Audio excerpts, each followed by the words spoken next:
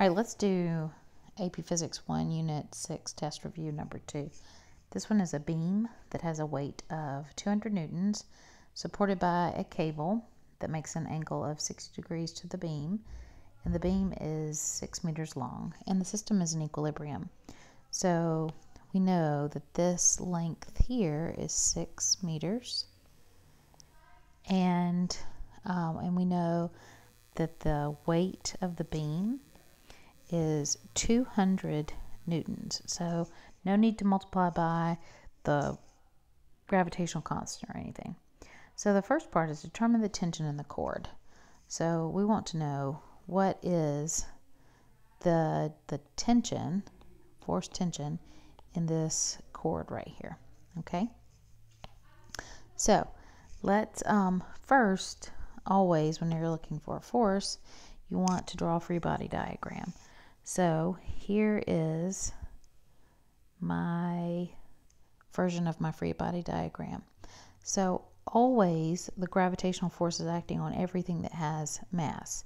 And we just saw that this thing already has weight, and the weight, or the weight force acting on the object would be centered at the center of the beam.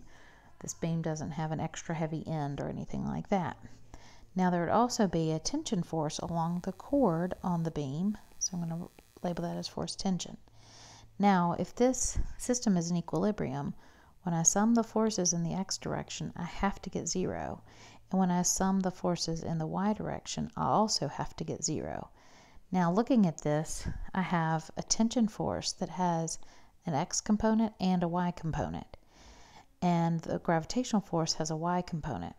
So I could pretty much assume that, maybe the positive y component of this tension force is enough to balance the weight force, and so my y forces could be 0. But if I look at this tension force, it has an x component that's to the left, and there's no other x component of any of the forces here. So if you look up here, the tension is holding the rod up, but it's also pulling it towards the wall. So the wall is pushing back on the rod too at the same time. So there's a force from the wall onto the object. So I'm going to call this force pivot, and I'm going to draw one force from the pivot that's this way. Force from the pivot, and it's going to be horizontal, so that's an H for horizontal. And then I'm going to have, I think maybe the wall or the pivot point is probably holding it up. So I'm going to call this force pivot vertical, because vertical is up, horizontal is across. And don't forget that this is 60 degrees. So, and now I can sum my forces. So let's look at what happens here when we sum the forces in the x direction and the y direction. So in the x direction, I have this force pivot horizontal minus the tension component that is in the x direction. And so the x component of this tension would be along the horizontal here, which is adjacent to the angle. So I need the cosine component. So cosine of theta equals 0.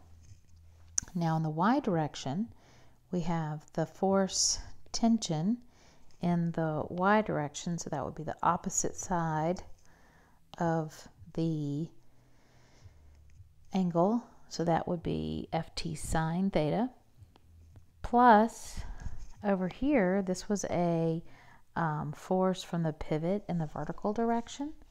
So I'm going to add force pivot vertical, and then the weight is against the motion.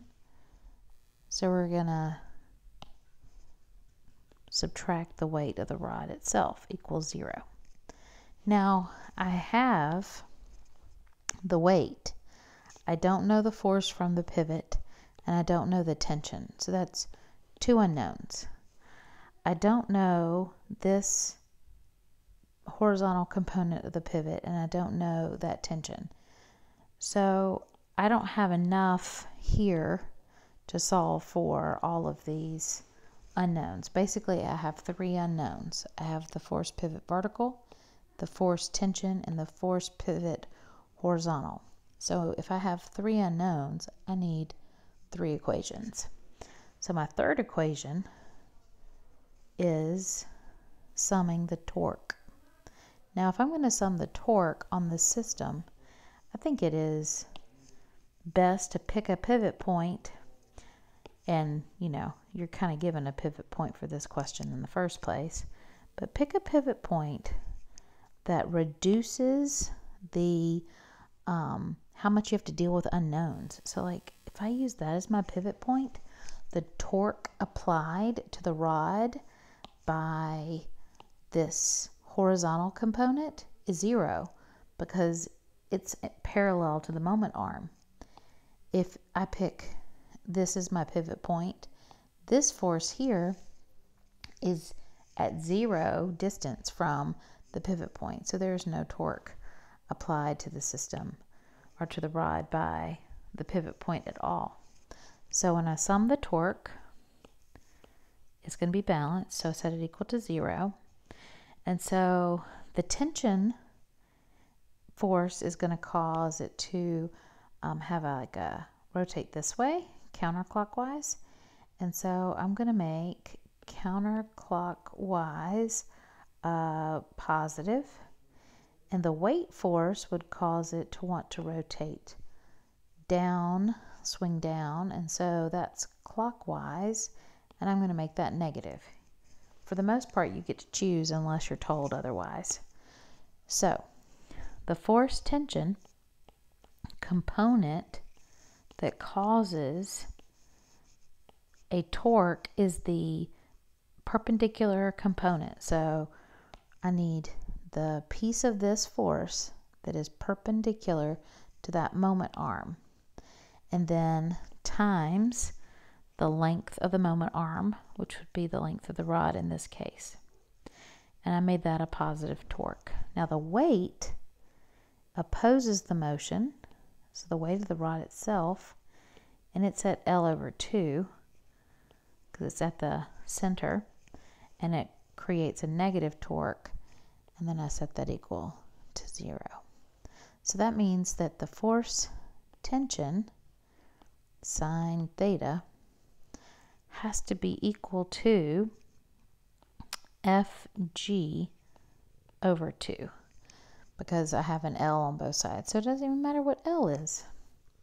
So let's see. So then our tension force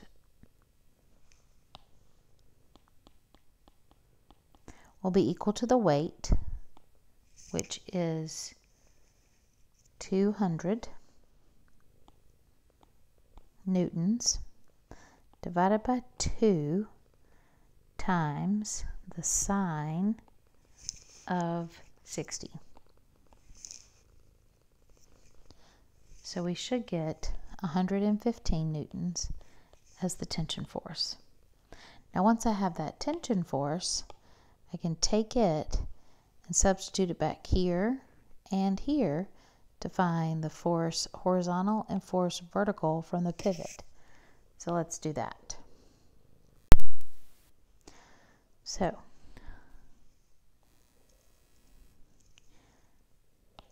from here,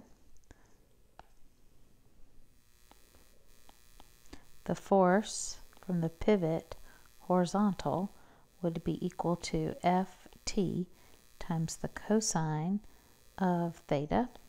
So that's 115 times the cosine of 60. So the force from the pivot horizontally on the bar will be 57.5 newtons.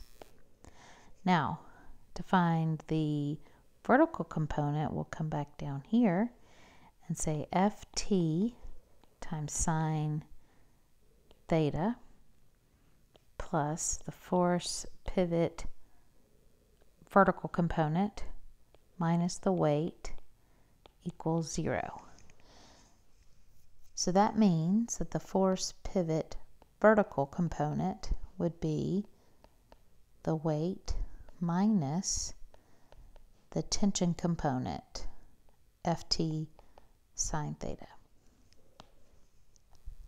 So let's substitute here.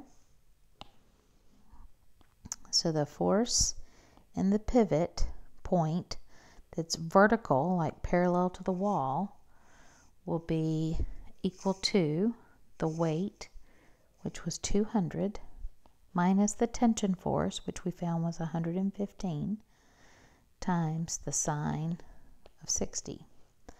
So we get a vertical pivot force of 100.4 newtons. Now the question I've asked you is to find the net force, the overall force that the pivot point applies. And so if you go back to looking at this question, the rod was like this. There was an X component and a Y component of this tension. So there was this horizontal X and a vertical Y component of the tension or the force from the pivot point. And so this horizontal one is 57.5 and my vertical one is 100.4, so they're not drawn to scale. But if you think about, you've got 57.5 newtons horizontal, but you got like 104 newtons vertical. So what is the resultant? The net force, the total combined force from the pivot, the hinges, the place where the wall and the bar intersect. So just like we would with any vectors, I would find I'd use the Pythagorean theorem, and that the force pivot is the square root of 100.4 all squared plus 57.5 all squared, which gives me 115.69 newtons. Now that looks really familiar. If you go back and look, isn't that really close to being the force in the cord, in the tension itself? And that's because the pivot point and the tension are having to hold each other up. They're having to share the weight, and they have to balance each other horizontally.